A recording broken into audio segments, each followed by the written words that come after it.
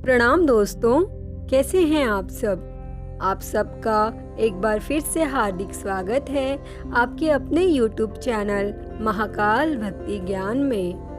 दोस्तों, आज हम इस वीडियो में जया एकादशी की व्रत कथा सुनेंगे। अतः आप सभी से विनम्र निवेदन है, इस कथा को अंत तक जरूर सुने। एक समय धर्मराज युधिष्ठिर भगवान श्री कृष्ण से बोले, हे भगवान, आपने माघ के कृष्ण पक्ष की शर्तिला एकादशी का अत्यंत सुंदर वर्णन किया।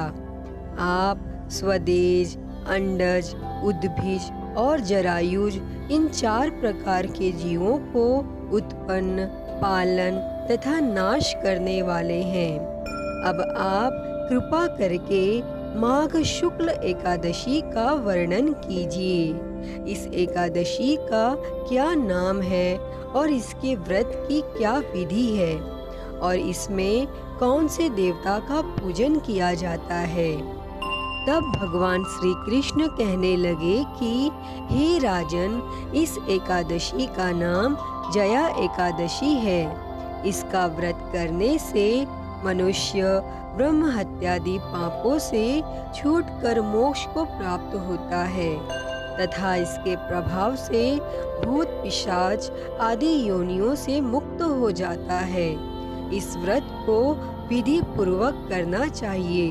अब मैं तुमसे पद्म पुराण में वर्णित इसकी महिमा की एक कथा सुनाता हूँ। देवराज इंद्र स्वर्ग में राज करते थे और अन्य सब देवगण सुखपूर्वक स्वर्ग में रहते थे।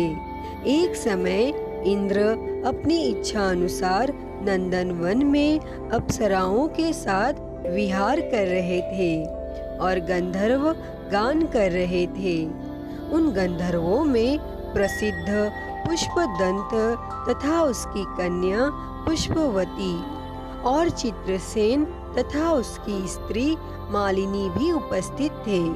साथ ही मालिनी का पुत्र पुष्पवान और उसका पुत्र माल्यवान भी उपस्थित थे। और तब पुष्पवती गंधर्व कन्या माल्यवान को देखकर उस पर मोहित हो गई और माल्यवान पर काम बाण चलाने लगी।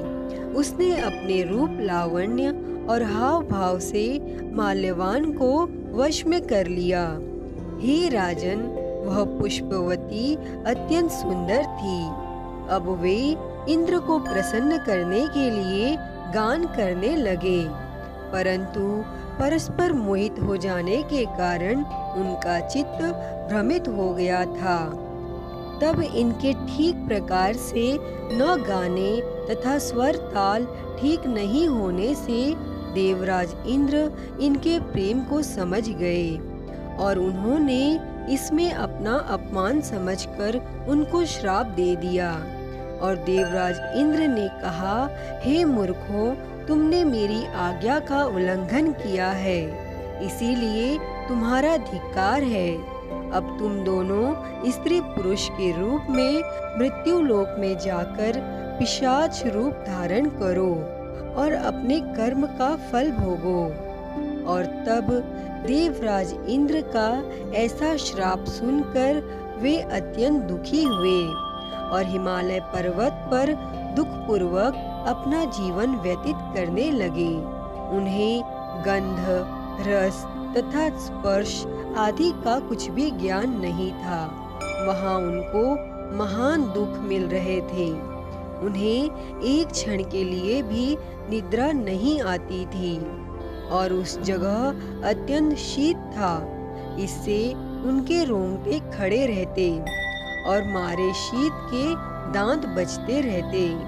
एक दिन पिशाच ने अपनी स्त्री से कहा कि पिछले जन्म में हमने ऐसे कौन से पाप किए थे जिससे हमको यह दुखदाई पिशाच योनि प्राप्त हुई, और इस पिशाच योनि से तो नरक के दुख सहना ही उत्तम है। अतः हमें अब किसी प्रकार का पाप नहीं करना चाहिए। और इस प्रकार विचार करते हुए वे अपने दिन व्यतीत कर रहे थे।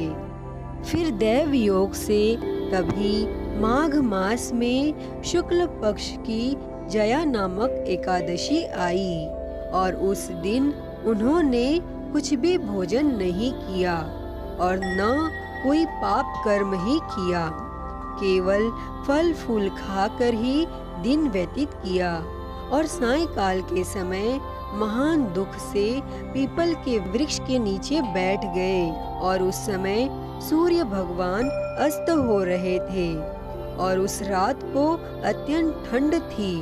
इस कारण वे दोनों शीत के मारे अति दुखित होकर मृतक के समान आपस में चिपटे हुए पड़े रहे और उस रात्रि को उनको निद्रा भी नहीं आई।